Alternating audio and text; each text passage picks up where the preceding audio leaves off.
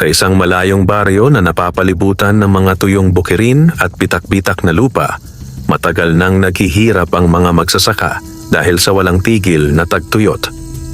Ang dating luntiang kapaligiran ay tila naging isang malungkot na alaala na lamang. Ang mga palayan na minsang sumasayaw sa hangin ay ngayoy tila mga aninong nakalugmok sa lupa. Isa sa mga magsasakang patuloy na kumakapit sa pag-asa ay si Mang Isko. Siya ay payat, sunog sa araw ang balat, at bakas sa kanyang mga mata ang pagod at pangamba. Gayunpaman, sa kabila ng kahirapan, nananatili ang kanyang kabutihang loob at malasakit sa kapwa.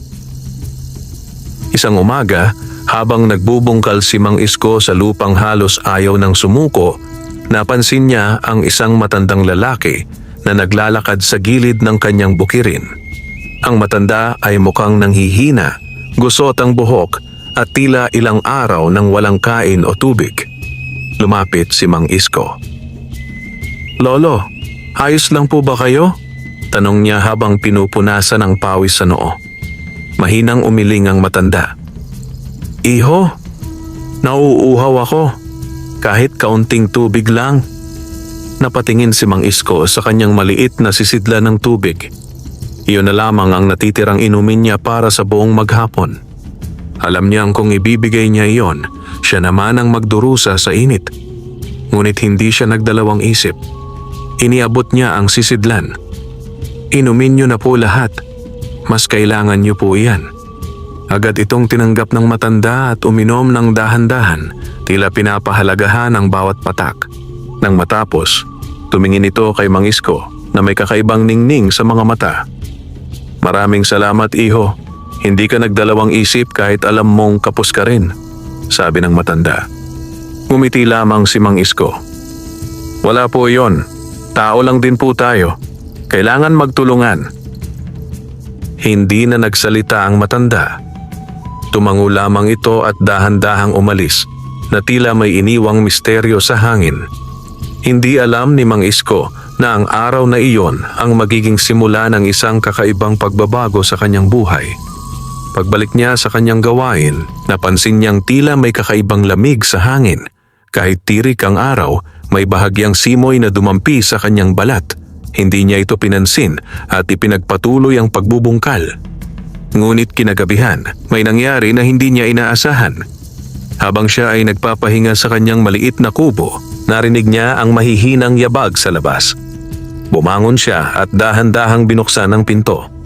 Sa kanyang harapan ay nakatayo ang matandang lalaki na kanyang tinulungan. Ngunit hindi na ito mukhang marupok at mahina. Ang kanyang tindig ay matuwid at ang kanyang mga mata ay kumikislap na tila may lihim na kapangyarihan. Napaatras si Mang Isko. "Kayo po?" Ngumiti ang matanda, ngunit ang ngiting iyon ay may kakaibang lalim. "Iho, hindi lahat ng nakikita mo ay kung ano lamang ang inaakala mo," sabi nito.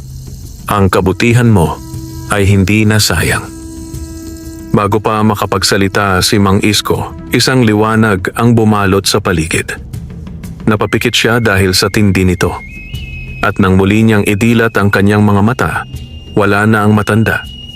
Ngunit sa kanyang paanan ay may maliit na supot. Dahan-dahan niya itong pinulot at binuksan. Sa loob ay mga butil, ngunit hindi pangkaraniwan. Ang mga ito ay tila kumikislap sa liwanag ng buwan, na para bang may sariling buhay. Hindi niya maintindihan kung ano ang kahulugan nito, ngunit may kung anong nagsasabi sa kanyang puso na ito ay isang biyaya. Kinabukasan, nagpasya si Mang Isko na itanim ang mga butil sa kanyang lupang matagal ng tigang. Sa kabila ng pag-aalinlangan, itinanim niya ang mga ito nang may buong pag-asa. Habang ginagawa niya ito, hindi niya napansin ang isang pares ng matang nagmamasid mula sa di kalayuan. Ito ay si Kadoro, isang magsasakang kilala sa baryo bilang mainggitin at mapagmataas. Matagal na niyang kinaiinggitan si Mang Isko kahit wala namang ipinagmamalaki ang huli. "Ano kaya ang itinatanim ng tukhang iyon?" bulong ni Kadoro sa sarili. Sa ganitong tagtuyot, wala nang tutubo, sayang lang ang pagod. Ngunit sa kabila ng kanyang pangungutya, may halong kaba ang kanyang naramdaman.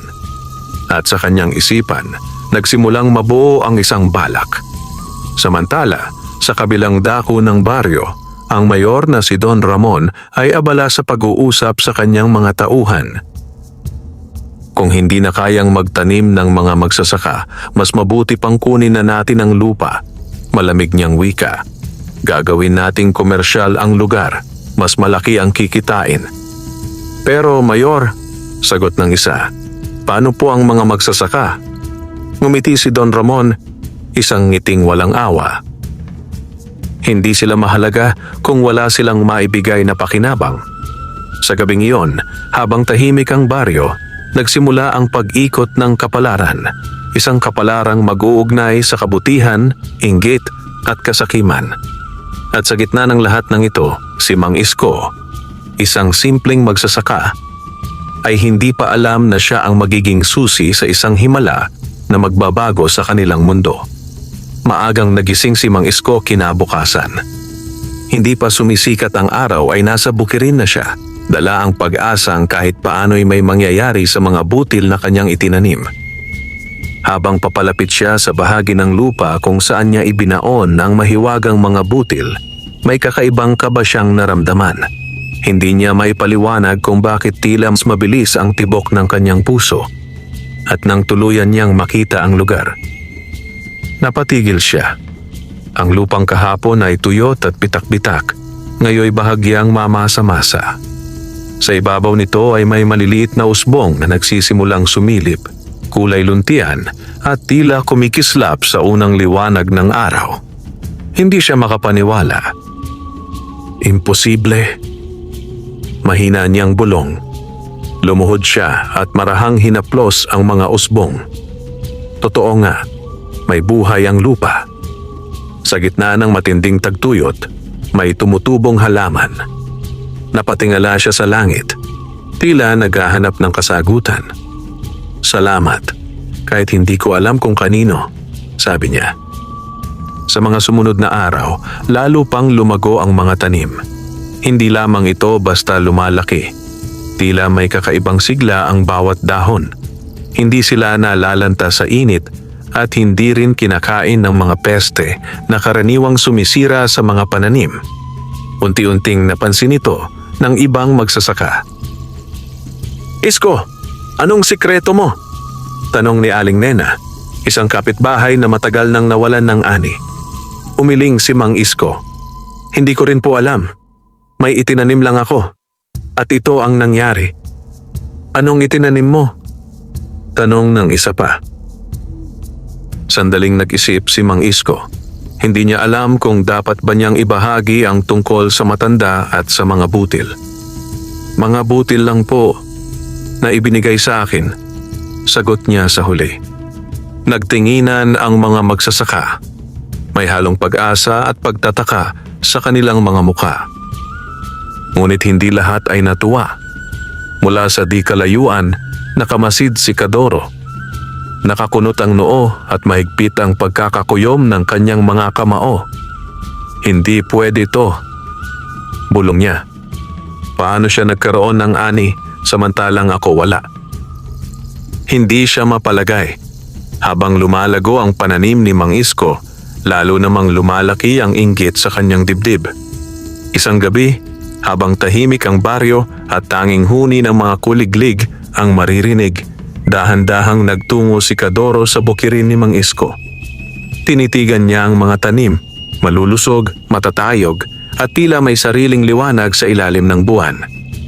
Kung hindi akin, hindi rin dapat sa kanya, mahina niyang sabi. Kumuha siya ng isang supot na naglalaman ng kemikal, isang lason na karaniwang ginagamit upang patayin ang mga peste, ngunit sa maling dami ay kayang sirain ang buong taniman. Dahan-dahan niya itong ibinuhos sa lupa, siguradong walang makakakita. Pagkatapos, mabilis siyang umalis, dala ang paniniwalang kinabukasan ay mawawala na ang himala ni Mang Isko. Ngunit hindi niya alam, may isang nilalang na nakamasid sa kanyang ginawa. Sa gilid ng bukirin, sa lilim ng isang matandang puno, may isang babaeng nakatayo. Ang kanyang kasuotan ay tila gawa sa liwanag at ang kanyang presensya ay may dalang kakaibang kapayapaan. Siya ang mutya ng langit.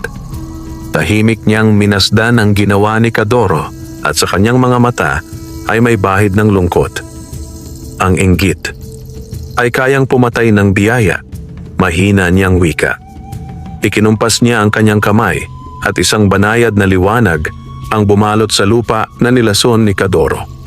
Kinabukasan, muling nagpunta si Mang Isko sa kanyang bukirin.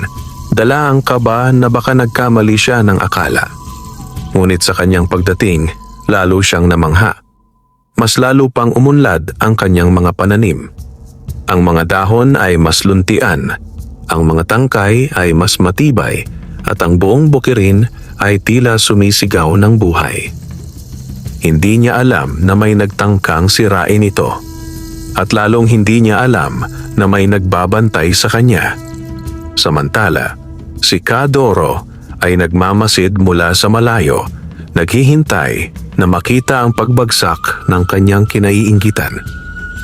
Ngunit nang makita niyang mas lalo pang gumanda ang tanim ni Mang Isko, nanlaki ang kanyang mga mata. Hindi pwede ito, galit niyang bulong. Sa unang pagkakataon, hindi lamang inggit ang kanyang naramdaman, kundi takot. Sa kabilang banda, umabot na rin ang balita sa munisipyo. Mayor, may isang magsasaka raw na may pananim kahit tagtuyot, sabi ng isang tauhan. Napangiti si Don Ramon, ngunit ang ngiting iyon ay hindi nagdala ng kabutihan. Talaga? Malamig niyang sagot. Mukhang may dapat tayong tingnan. Sa kanyang isipan, hindi himala ang nakita niya, kundi pagkakataon. At habang patuloy na lumalago ang biyaya sa lupain ni Mang Isko, unti-unti ring lumalapit ang mga taong may kanya-kanyang hangarin, ang inggit ni Kadoro at ang kasakiman ng mayor. Hindi pa man sumisibol ng lubusan ng himala, nagsisimula na itong subukin. Habang patuloy na lumalago ang pananim ni Mang Isko, lalong dumarami ang mga usap-usapan sa buong baryo. Ang dating tahimik na lugar ay napuno ng bulungan, mga tanong na walang kasagutan, mga haka-hakang nagpapalipat-lipat mula sa isang bibig patungo sa iba. May sumpa kaya yan? Tanong ng isang matanda. O baka naman may lihim na patubig? Hinuha ng isa. Ngunit para sa karamihan, ang nakita nila ay isang himala, isang bagay na matagal na nilang ipinagdasal sa gitna ng kanilang paghihirap. Si Mang Isko, sa kabila ng lahat, ay nanatiling mapagkumbaba. Araw-araw, maaga siyang pumupunta sa bukirin, inaalagaan ang kanyang mga pananim na parang sariling anak. Hindi niya ito ipinagkakait sa iba. Sa katunayan, madalas ay nagbibigay pa siya ng ilang bunga sa mga kapitbahay na walang makain. Maghati-hati na lang tayo, lagi niyang sinasabi. Hindi naman dapat sinasarili ang biyaya. Dahil dito, lalo siyang minahal ng mga tao. Ngunit sa likod ng pagmamahal ng marami, may mga matang hindi natutuwa. Isang hapon, habang abala si Mang Isko sa pagdidilig gamit ang kakaunting tubig na kanyang naipon, may dumating na mga sasakyan sa baryo. Nagalikabok ang daan habang papalapit ang mga ito. Bumaba mula sa pinakamalaking sasakyan si Don Ramon. Nakatayo siya ng tuwid, suot ang mamahaling barong at may kasamang mga tauhang tila handang sumunod sa bawat utos niya. Ang kanyang presensya pa lamang ay sapat na upang magdulot ng katahimikan sa paligid. "Nasaan ang magsasakang yon?" tanong niya. Agad siyang itinuro ng isang tao sa direksyon ng bukirin ni Mang Isko. Dahan-dahang naglakad si Don Ramon papunta roon, sinusundan ng kanyang mga tauhan. Nang makita ni Mang Isko ang paparating na grupo, napahinto siya. Hindi siya sanay sa ganitong mga bisita. "Magandang hapon po," magalang niyang bati. Tinitigan siya ni Don Ramon mula ulo hanggang paa na para bang sinusukat ang kanyang halaga. "Ikaw ba si Isko?" tanong niya. "Opo," sagot ni Mang Isko. "Balita ako, Ikaw ang may himalang tanim dito, sabi ng mayor habang inililibot ang tingin sa bukirin. Hindi agad sumagot si Mang Isko. Hindi ko po alam kung himala, pero nagpapasalamat po ako na may tumutubo.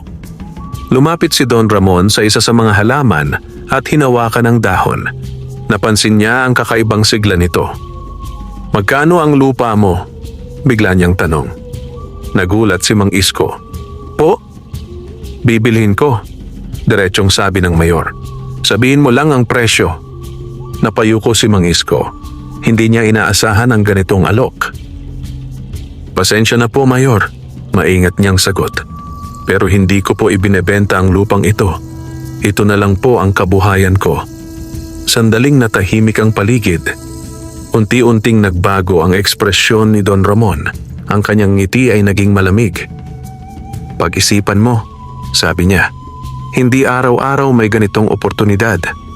Ngunit matatag si Mang Isko. Maraming salamat po, pero hindi ko po kayang ipagbili.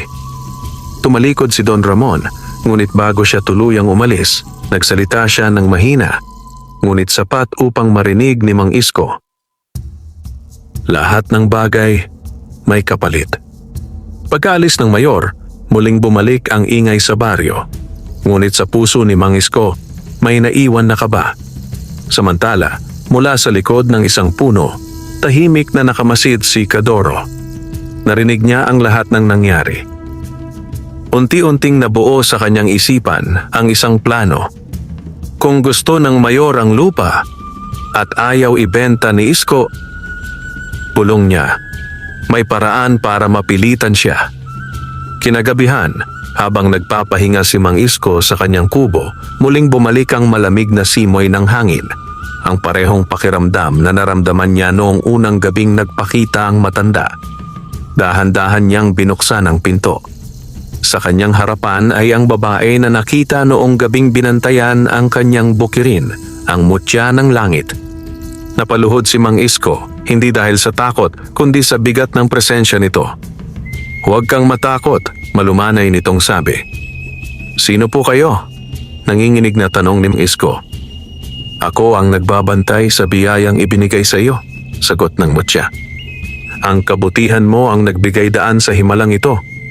Napayuko si Mang Isko. Hindi ko po alam kung karapat-dapat ako. Ang puso mo ang nagsabi na karapat-dapat ka, tugon nito. Sandaling natahimik ang paligid.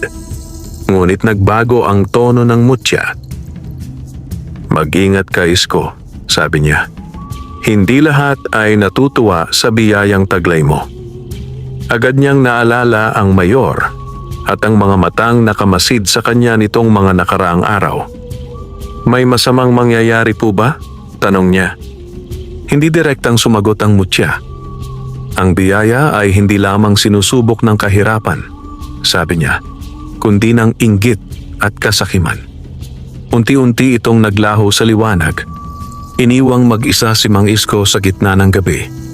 At sa kanyang puso, malinaw na ang tunay na pagsubok ay hindi pa nagsisimula. Hindi nakatulog ng maayos si Mang Isko noong gabing iyon. Paulit-ulit na umuukil-kil sa kanyang isipan ang babala ng mutya ng langit. Kahit ipinikit niya ang kanyang mga mata, tila naroon pa rin ang malamlam na liwanag at ang tinig na puno ng paalala. Pagsikat ng araw, agad siyang nagtungo sa kanyang bukirin.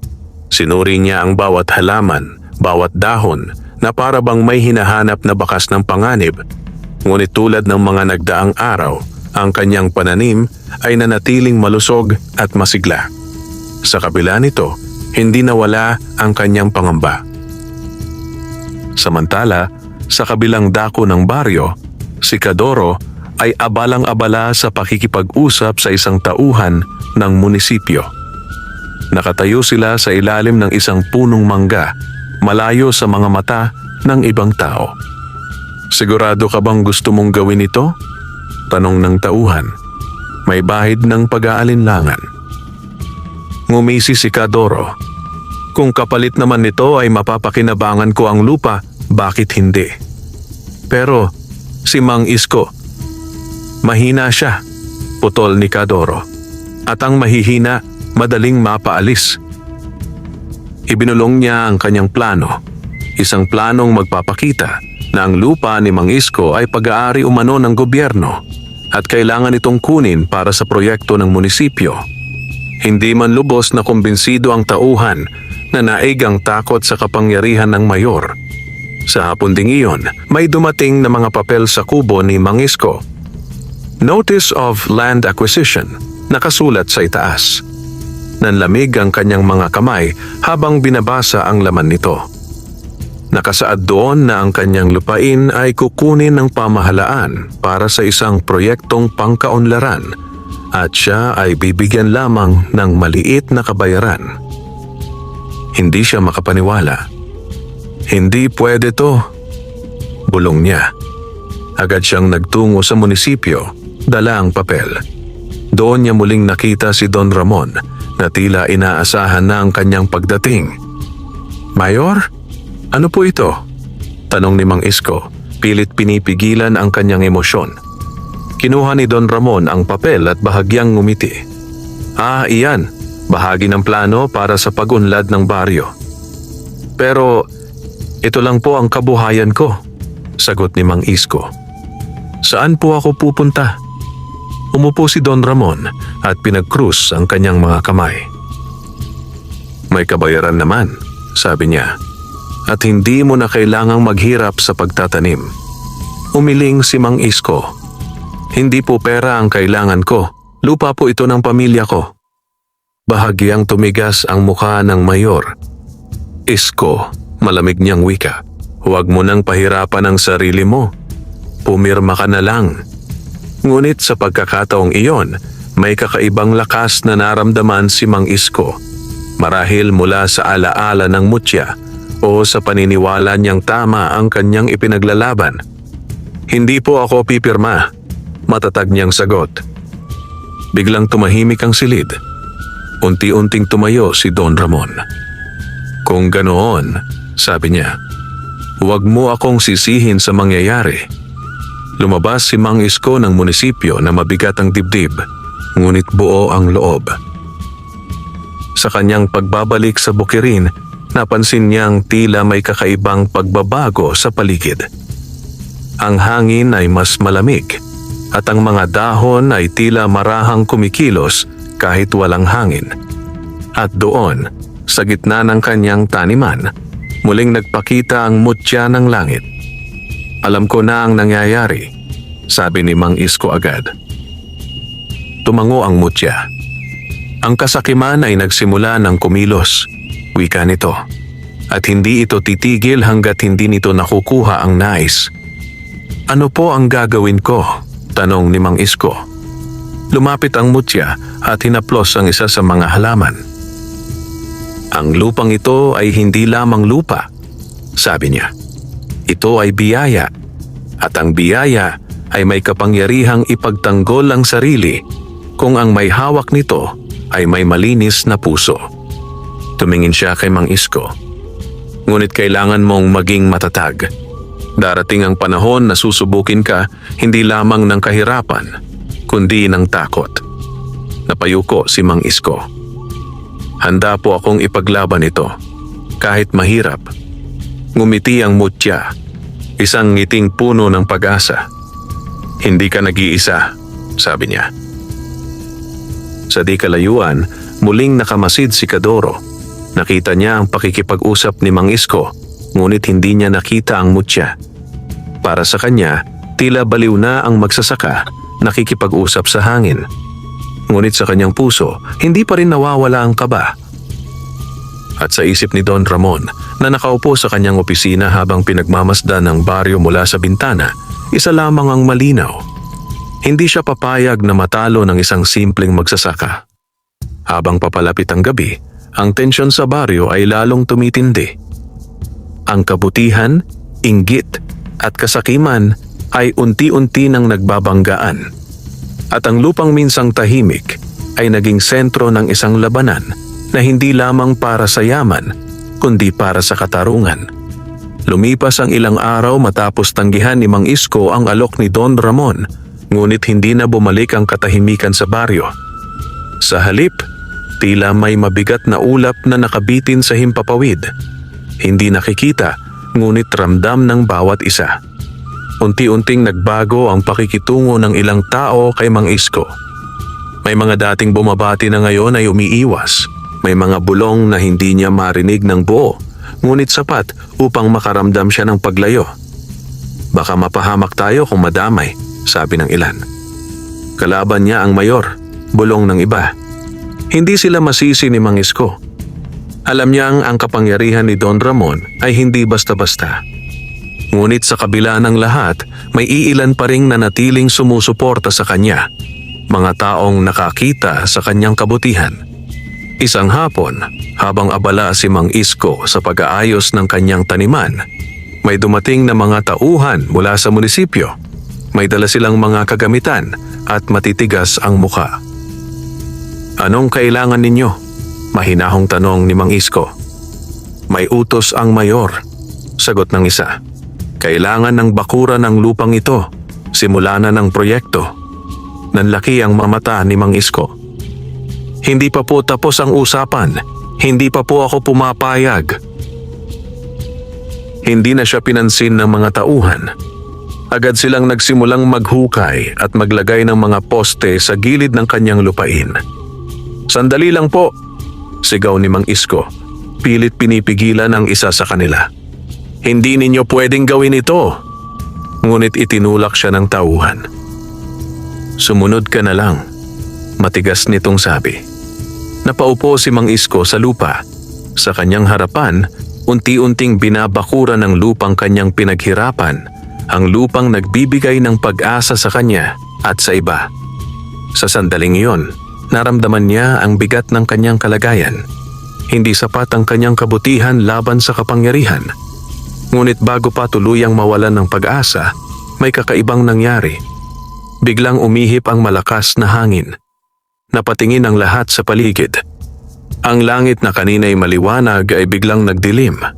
Ang mga ulap ay tila nagsisiksikan. At ang hangin ay nagdala ng malamig na simoy na hindi pangkaraniwan sa gitna ng tagtuyot. Ano to? Bulong ng isang tauhan. At pagkatapos, isang malakas na kulog ang umalingaw-ngaw. Napaatras ang mga tauhan at ilang sandali pa'y bumuhos ang ulan. Hindi ito basta ulan, ito ay malakas, tuloy-tuloy at tila may sariling layunin. Bumagsak ito diretso sa lupain ni Mang Isko na parabang iyon lamang ang nais nitong diligin. Nanlaki ang mga mata ng lahat. Imposible, ilang buwan nang walang ulan, sabi ng isa. Habang ang buong baryo ay halos hindi nababasa, ang bukirin ni Mang Isko ay nababalot ng ulan na nagbibigay buhay sa bawat halaman. Sa gitna ng buhos, tumayo si Mang Isko. Dama niya ang bawat patak sa kanyang balat at sa kanyang puso ay muling nagliyab ang pag-asa. Unti-unting umatras ang mga tauhan. Hindi ito normal, sabi ng isa. Mas mabuting bumalik muna tayo. At sa takot o pagkalito, iniwan nila ang bukirin. Naiwang mag-isa si Mang Isko sa gitna ng ulan. Sa kanyang paligid, ang mga tanim ay tila sumasayaw sa saya. Tinatanggap ang biyayang matagal nilang hinintay. At sa gitna ng lahat, muli niyang naramdaman ang presensya ng mutya. Hindi niya ito nakita, ngunit alam niyang naroon ito. Salamat, bulong niya. Sa di kalayuan, mula sa ilalim ng isang silong, galit na galit si Kadoro habang pinagmamasdan ang pangyayari. Hindi pwede, hindi pwede. Paulit-ulit niyang sabi. Para sa kanya, hindi na ito simpleng inggit. Ito ay naging galit. At sa kabilang dako, sa kanyang malaking bahay, pinagmamasdan ni Don Ramon ang ulan mula sa bintana. Hindi siya nagsalita, ngunit ang kanyang mga mata ay naglalaman ng malamig na determinasyon. Kung hindi siya susuko sa maayos na paraan, bulong niya, pipilitin ko siya sa ibang paraan. Ang ulan ay tumigil din kalaunan, ngunit ang iniwan nito ay hindi lamang basa na lupa. kundi isang malinaw na mensahe. Ang biyaya ay buhay, at ang laban para dito ay nagsisimula pa lamang. Matapos ang hindi pangkaraniwang pagulan, muling nabuhay ang pag-asa sa puso ng mga tao sa baryo. Ang lupain ni Mang Isko ay lalo pang naging luntian, at ang kanyang mga pananim ay nagsimulang mamunga ng masagana, higit pa sa inaasahan niya. Ang dating tigang na bukirin ay ngayoy parang isang hiwaga sa gitna ng disyerto. Dahil dito, muling naglakas loob ang ilang magsasaka na lumapit kay Mang Isko. "Isko," sabi ni Aling Nena, "baka pwede mo kaming turuan kung paano mo nagawa ito. Kahit kaunti lang, baka sakaling mabuhay ulit ang mga lupa namin." Napatingin si Mang Isko sa kanyang mga pananim, saka muling bumaling sa kanila. Ramdam niya ang bigat ng kanilang pag-asa. "Hindi ko po talaga alam kung paano nagsimula," tapat niyang sagot. "Pero handa po akong magbahagi ng ani, at kung may paraan, tutulungan ko po kayo." Sa araw ding iyon, nagbahagi siya ng ilan sa kanyang mga ani, mga butil at bunga na tila may kakaibang sigla. Tinanggap ito ng mga magsasaka na may halong pag-asa at pasasalamat. Ngunit sa kanyang puso, may isang tanong na patuloy na bumabagabag. Paano niya matutulungan ang lahat kung hindi niya lubos na nauunawaan ang biyayang hawak niya? Kinagabihan, muling bumalik ang mutya ng langit. Sa pagkakataong ito, mas malinaw ang kanyang anyo. Tila gawa sa liwanag at hangin, ang kanyang presensya ay nagbibigay ng katahimikan sa paligid. "Alam kong marami kang iniisip," sabi niya. Tumango si Mang Isko. "Gusto ko po silang tulungan, pero hindi ko po alam kung paano." Lumapit ang mutya at itinuro ang kanyang bukirin.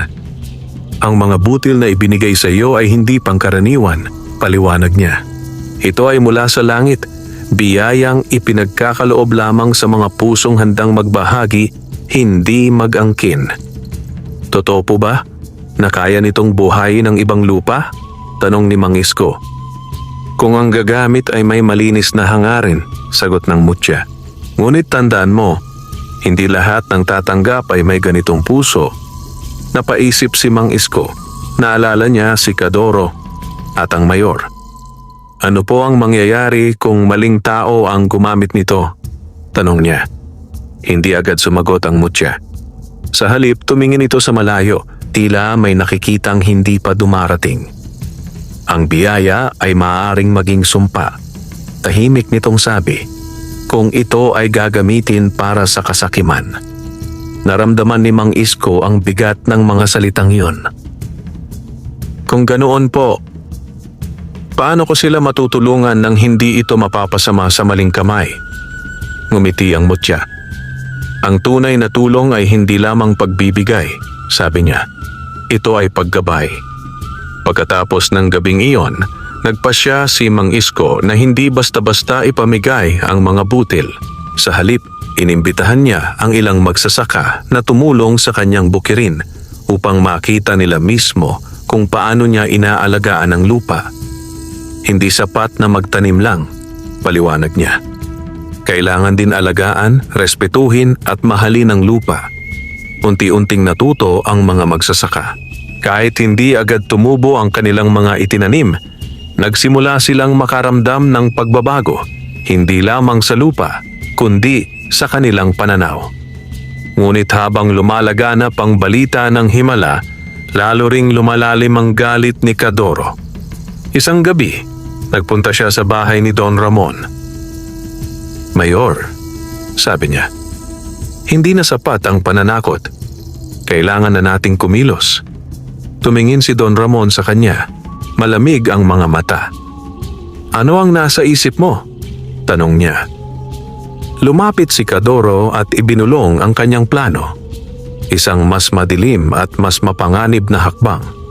Isang hakbang na hindi lamang sisira sa lupa ni Mang Isko, kundi pati sa kanyang pangalan. Samantala, si Mang Isko ay walang kamalay-malay sa papalapit na panganib. Sa ilalim ng liwanag ng buwan, tahimik niyang pinagmamasdan ng kanyang bukirin, ang lupang minsang uhaw ngayoy puno ng buhay. Ngunit sa kanyang likuran, sa anino ng gabi, may mga matang nakamasid. At sa pagkakataong ito, hindi na lamang inggit ang kanilang dala, kundi balak na manira. Dumating ang umaga na tila payapa, ngunit may kakaibang bigat sa hangin. Hindi ito napansin agad ni Mang Isko, na abala sa pagtuturo sa ilang magsasaka kung paano alagaan ang lupa ng may tiyaga at malasakit. Ngunit sa baryo, may kumakalat ng balita. Hindi raw ordinaryo ang tanim ni Isko, bulong ng ilan. May gumagamit daw siya ng bawal na kemikal, dagdag ng iba. Baka nga may kulam pa, sabi ng isang matandang babae, sabay iling. Unti-unting nagbago ang tono ng mga usapan. Mula sa paghanga, naging pagdududa. Mula sa pag-asa, naging takot. At sa likod ng lahat ng ito, si Kadoro ay tahimik na nagmamasid, nasiyahan sa bunga ng kanyang paninira. Isang tanghali, habang nagbubungkal si Mang Isko, may dumating na grupo ng mga opisyal mula sa munisipyo, kasama ang ilang gwardiya. "Isko!" sigaw ng isa. "May reklamo laban sa iyo." Napahinto si Mang Isko. "Reklamo po? Tungkol saan?" Lumapit ang isang opisyal, may hawak na dokumento. "Ikaw ay inaakusahan ng paggamit ng ilegal na kemikal na maaaring makasama sa kalikasan at kalusugan ng mga tao," matigas nitong sabi. Nanlaki ang mga mata ni Mang Isko. "Hindi po totoo yan. Wala po akong ginagamit na ganon." "May mga saksi," sagot ng opisyal. Sa gilid ng grupo, dahan-dahang lumabas si Kadoro. "Ako ang isa sa nakakita," sabi niya, kunwari malungkot ang tono. Ayoko sanang magsalita pero para sa kapakanan ng lahat, parang binuhusan ng malamig na tubig si Mang Isko. "Kadoro, bakit po?" Mahina niyang tanong. Hindi siya sinagot nito. Sa halip, umiwas ito ng tingin. Dahil sa reklamo, patuloy ng opisyal, "Kailangan naming isara ang iyong bukirin habang iniimbestigahan." "Hindi po pwede," sigaw ni Mang Isko. "Ito lang po ang kabuhayan ko. At wala po akong ginagawang masama." Ngunit hindi siya pinakinggan. Agad na naglagay ng karatula ang mga tauhan. Sarado, nasa ilalim ng investigasyon. Parang gumuho ang mundo ni Mang Isko. Ang mga magsasakang dati kasama niya ay napaatras. Hindi nila alam kung sino ang paniniwalaan. "Pansamantala lang to," sabi ng isa, ngunit bakas ang pag-aalinlangan. Unti-unting nag-alisa ng mga tao, iniwan si Mang Isko sa gitna ng kanyang bukirin. Isang bukiring hindi na niya maaaring galawin. Lumuhod siya sa lupa, hawak ang isa sa mga halaman. "Hindi ko kayo pababayaan," bulong niya. Ngunit sa sandaling iyon, ramdam niya ang bigat ng kawalan ng kapangyarihan. Kinagabihan, hindi siya pumasok agad sa kanyang kubo. Naupo siya sa gilid ng bukirin, tahimik na nakatingin sa buwan. At muli, dumating ang mutya ng langit. "Alam ko ang nangyari," sabi nito. Napayuko si Mang Isko. "Wala po akong magawa." Pinaniwalaan nila ang kasinungalingan. Lumapit ang mutya. "Ang katotohanan ay hindi nawawala," sabi niya. "Ngunit minsan, kailangan itong ipaglaban." "Tinatakot po ako. At ngayon, pati ang pangalan ko ay sinisira," sagot ni Mang Isko. "Ang iyong puso ay malinis," tugon ng mutya. "At iyon ang iyong lakas." Tumingin ito sa bukirin na may karatulang nakatayo. "Hindi nila kayang patayin ng biyaya," dagdag nito. "Ngunit kaya nilang subukin ang iyong loob." Huminga ng malalim si Mang Isko. "Ano po ang dapat kong gawin?" "Magtiwala ka," sabi ng mutya, "at huwag mong hayaang manaig ang galit." Sa di kalayuan, sa dilim ng gabi, nakamasid si Kadoro. Ngunit sa pagkakataong ito, may halong kaba ang kanyang nararamdaman. Hindi niya maintindihan kung bakit, sa kabila ng kanyang panalo, tila may mali. Samantala, sa kanyang opisina, tahimik na nakaupo si Don Ramon, hawak ang ulat tungkol kay Mang Isko. Malapit na, bulong niya. Kapag tuluyan na siyang nawalan ng kakayahan, kusa niyang ibibigay ang lupa. Ngunit hindi niya alam na ang laban ay hindi lamang tungkol sa lupa. Ito ay tungkol sa katotohanan laban sa kasinungalingan. At sa kabila ng kadiliman, may liwanag na patuloy na lalaban. Lumipas ang mga araw na tila mabigat ang bawat sandali para kay Mang Isko. Ang kanyang bukirin ay nanatiling sarado at ang mga tanim na minsang nagbibigay ng pag-asa ay ngayon ay tinitingnan na lamang niya mula sa malayo. Hindi niya magawang lapitan ang mga ito. Ang karatulang nakatayo sa gilid ng lupa ay parang patuloy na nagpapaalala sa kanya ng kasinungalingang ibinintang sa kanya. Sa baryo, lalo pang lumala ang mga usap-usapan. Kung wala siyang ginagawang masama, bakit isinara? Tanong ng ilan. Baka may tinatago talaga, sagot ng iba. Ang mga taong dati tumatanggap ng kanyang tulong ay unti-unting naglayo, hindi dahil sa galit, kundi sa takot na madamay. Ngunit hindi lahat ay tumalikod. Isang gabi, dumating si Aling Nena kasama ang ilang magsasaka sa kubo ni Mang Isko. May dala silang kaunting pagkain, tinapay, gulay at tubig. Hindi ka namin pababayaan, sabi ni Aling Nena. Alam naming hindi totoo ang sinasabi nila. Napatingin si Mang Isko sa kanila at sa unang pagkakataon matapos ang mga nangyari, nakaramdam siya ng ginhawa. Salamat po, mahina niyang sabi. Akala ko po, mag-isa na lang ako. Umiling si Aling Nena. Hindi habang may naniniwala sa kabutihan. Ngunit habang may mga nananatiling matatag, may ilan ding mas lalong nahuhulog sa pagdududa. Si Kadoro, na siyang nagpasimula ng lahat, ay patuloy na nagpapakalat ng maling kwento. May nakita akong kakaibang pulbo sa lupa niya, sabi niya sa mga tao. Hindi iyon normal. Ang bawat salitang lumalabas sa kanyang bibig ay parang apoy na lalong nagpapalaganap ng takot. Ngunit sa gabi, kapag siya'y nag-iisa, hindi siya mapalagay. Hindi niya maintindihan kung bakit, sa kabila ng kanyang plano, tila hindi siya mapakali. May kung anong bumabagabag sa kanyang konsensya. Samantala, si Mang Isko ay patuloy na nananalangin at naghahanap ng lakas. Isang gabi, muli niyang naramdaman ang malamig na simoy ng hangin. Alam na niya kung sino iyon. Lumabas siya ng kubo at doon ay nakita niya ang mutya ng langit, maliwanag sa gitna ng dilim. Hindi pa tapos ang laban, sabi ng mutya. Alam ko po, sagot ni Mang Isko. Pero paano ko po ipagtatanggol ang sarili ko kung hindi nila ako pinakikinggan? Lumapit ang mutya at iniabot ang kanyang kamay. Sa sandaling iyon, tila nagbago ang paligid. Nakita ni Mang Isko ang mga alaala, ang araw na tinulungan niya ang matandang uhaw, ang sandaling ibinigay sa kanya ang mga butil at ang mga gabing siya'y tahimik na nag-aalaga sa kanyang bukirin. Ang katotohanan ay may bakas, sabi ng mutya. At ang bakas na iyon ay hindi kayang burahin ng kasinungalingan.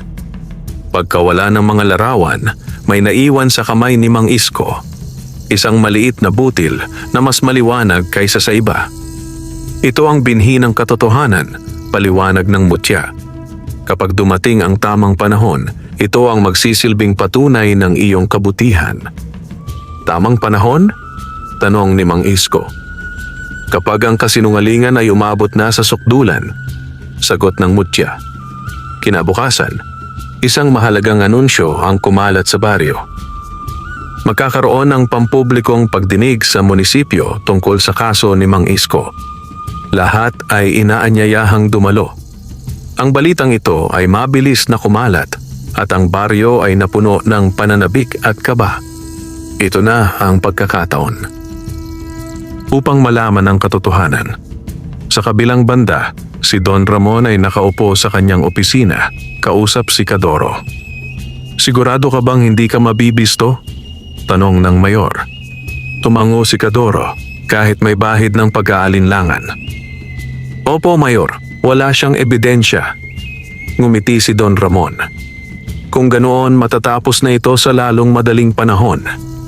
Ngunit sa puso ni Kadoro, hindi siya sigurado. At si Mang Isko, hawak ang maliit na butil na ibinigay sa kanya ng mutya, ay naghahanda sa pinakamahalagang araw ng kanyang buhay.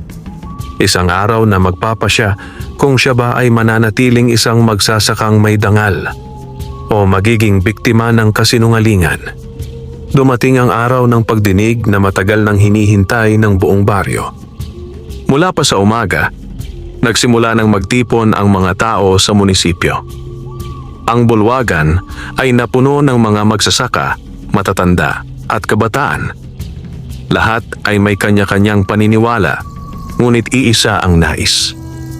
Ang malaman ang katotohanan.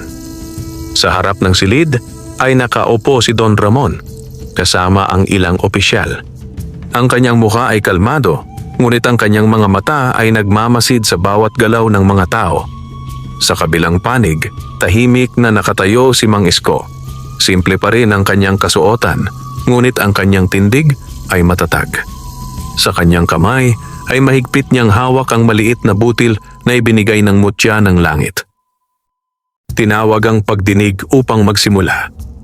Ang layunin ng pagtitipong ito ay alamin ang katotohanan tungkol sa mga paratang laban kay Mang Isko, formal na sabi ng isang opisyal. Agad na tinawag si Kadoro bilang unang magsasalita. Lumakad siya papunta sa harap, bahagyang kinakabahan ngunit pilit tinatago. Ako po ay magsasaka rin, simula niya. At nakita ko po mismo na may kakaibang ginagamit si Mang Isko sa kanyang lupa. Hindi po iyon normal, kaya naniniwala akong mapanganib ito. May ilang tao sa bulwagan ang tumango, ngunit may ilan ding nagduda. May ebidensya ka ba? Tanong ng opisyal. Sandaling natahimik si Kadoro. Wala pong pisikal, pero nakita ko po mismo. Nagkaroon ng bulungan sa loob ng silid. Sumunod na tinawag si Mang Isko. Dahan-dahan siyang lumapit sa harap. Ramdam niya ang bigat ng mga matang nakatutok sa kanya.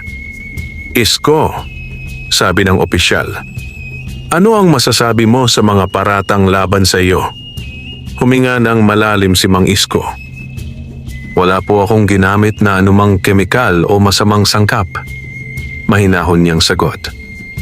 Ang lahat po ng itinanim ko ay bunga ng biyayang ibinigay sa akin. Anong biyaya? Tanong ng isa. Sandaling nag-isip si Mang Isko. Alam niyang mahirap paniwalaan ang kanyang sasabihin. Isang matandang lalaki po ang aking tinulungan noong ako'y kapos din, sabi niya. At bilang kapalit, binigyan niya ako ng mga butil. May ilan na napangiti ng may pagdududa. Parang kwento lang yan, bulong ng isang tao. Ngunit hindi na tinag si Mang Isko. Hindi ko po mapapatunayan sa salita lamang, sabi niya. Pero may dala po akong isang bagay. Dahan-dahan niyang inilabas ang maliit na butil mula sa kanyang kamay. Sa una, ito'y mukhang karaniwan. Ngunit nang tumama ang liwanag mula sa bintana, ito'y biglang kumislap, mas maliwanag kaysa sa inaasahan. Napatingin ang lahat. Ano yan? Tanong ng opisyal. Ito po ang isa sa mga butil na ibinigay sa akin, sagot ni Mang Isko. Sa sandaling iyon, may kakaibang nangyari. Ang butil ay nagsimulang magliwanag at mula rito ay tila may mga larawan na nabuo sa hangin, mga alaala na malinaw na nakikita ng lahat. Nakita nila si Mang Isko na nag-aabot ng tubig sa matandang uhaw. Nakita nila ang matanda na nagbibigay ng mga butil. At nakita rin nila ang mga gabing tahimik na inaalagaan ni Mang Isko ang kanyang bukirin, walang halong panlilinlang. Napuno ng katahimikan ng silid. Walang nagsalita. Hanggang sa biglang, "Hindi yan totoo!" sigaw ni Kadoro. Ngunit sa kanyang pagsigaw, may panibagong larawan ang lumitaw. Siya. Nakita siya ng lahat. Ang gabing siya'y palihim na nagbuhos ng lason sa lupa ni Mang Isko. Nanlaki ang kanyang mga mata. Hindi. Hindi ako yan. Nanginginig niyang sabi. Ngunit malinaw ang lahat. Unti-unting nagbago ang tingin ng mga tao sa kanya. Mula sa paniniwala, naging pagkamuhi. Sinungaling, sigaw ng isa. Ikaw ang may kasalanan, dagdag ng iba. Napatras si Kadoro, hindi makatingin sa kahit kanino. Sa harap, hindi na makapagsalita si Don Ramon. Sa unang pagkakataon, nabasag ang kanyang kumpiyansa. Mayor, sabi ng isang opisyal, mukhang kailangan nating imbestigahan ito ng mas malalim. Ngunit alam na ng lahat ang katotohanan. Sa gitna ng silid, nakatayo si Mang Isko. Hindi bilang isang inaakusahan, kundi bilang isang taong napatunayang malinis ang puso. Unti-unting humupa ang liwanag ng butil sa kanyang kamay. At sa kanyang puso, alam niyang hindi siya pinabayaan. Ang katotohanan ay lumitaw. At ang kasinungalingan ay nabunyag. Matapos ang pagdinig, tila nagbago ang ihip ng hangin sa buong baryo. Ang katahimikan na bumalot sa bulwagan ay unti-unting napalitan ng mga bulong ng pagkagulat, pagsisisi at pag-unawa. Isa-isang lumabas ang mga tao, ngunit ang kanilang mga tingin kay Mang Isko ay hindi na tulad ng dati. Wala na ang pagdududa. Napalitan ito ng paggalang. Si Kadoro ay nanatiling nakatayo sa gilid, nanginginig ang katawan at hindi makatingin sa kahit sino. Ang kanyang kasinungalingan ay nabunyag at ang bigat ng kanyang ginawa ay tila sabay-sabay bumagsak sa kanyang dibdib. Dahan-dahang lumapit si Mang Isko sa kanya.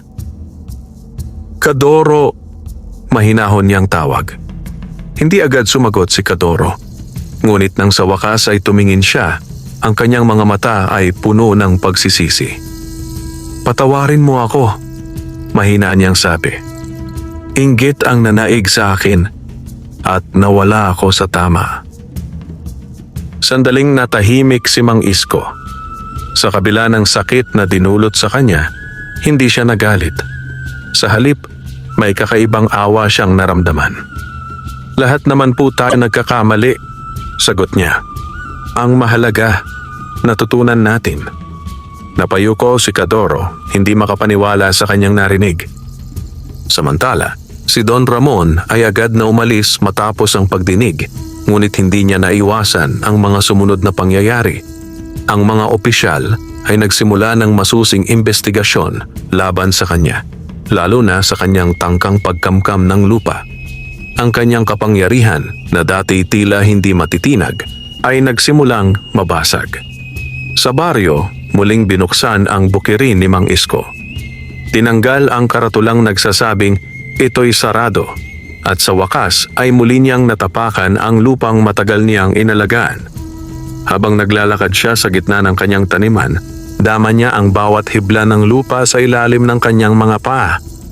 Bumalik na tayo, bulong niya. Ang mga halaman ay tila mas lalo pang sumigla na parabang naramdaman ang kanyang pagbabalik. Hindi nagtagal, muling dumating ang mga magsasaka.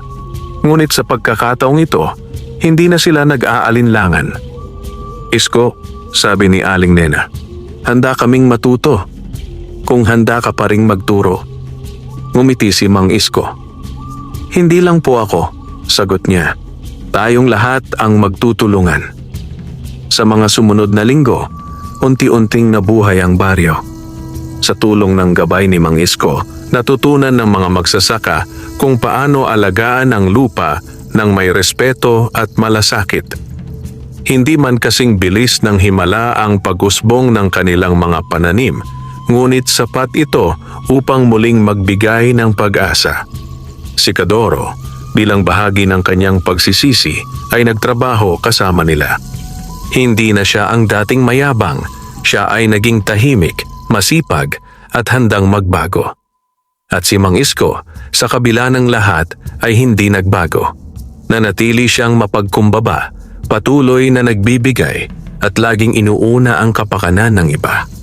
Isang gabi, habang pinagmamasdan niya ang bukirin sa ilalim ng liwanag ng buwan, Muli niyang naramdaman ang pamilyar na presensya. Ang mutya ng langit ay muling nagpakita. "Natapos mo ang pagsubok," sabi nito. Umiling si Mang Isko. "Hindi ko po yun magagawa kung wala kayo." Ngumiti ang mutya. "Ang biyaya ay ibinibigay," sabi niya. "Ngunit ang tunay na lakas ay nagmumula sa puso." Tumingin siya sa baryo, sa mga ilaw ng mga tahanan, sa mga taong unti-unting bumabangon mula sa kahirapan. "Ang lupang ito ay hindi na uhaw," dagdag niya. "Dahil natuto na ang mga taong mag-alaga, hindi lamang kumuha." Unti-unti siyang naglaho sa liwanag. At sa pagkakataong iyon, alam ni Mang Isko, hindi na niya kailangang umasa sa himala. Dahil ang tunay na himala ay nasa mga taong natutong magmahal, magbahagi at magbago. Sa pagsikat ng araw kinabukasan, ang baryo ay muling nabuhay. Ang mga bukirin ay unti-unting naging luntian. Ang mga tao ay nagtulungan. At ang dating lugar na binalot ng tagtuyot ay naging simbolo ng pag-asa. At sa gitna ng lahat, si Mang Isko, ang magsasakang may mabuting puso, ay nanatiling tahimik na tagapag-alaga ng lupang minsang uhaw, ngunit ngayoy puno ng buhay. Wakas.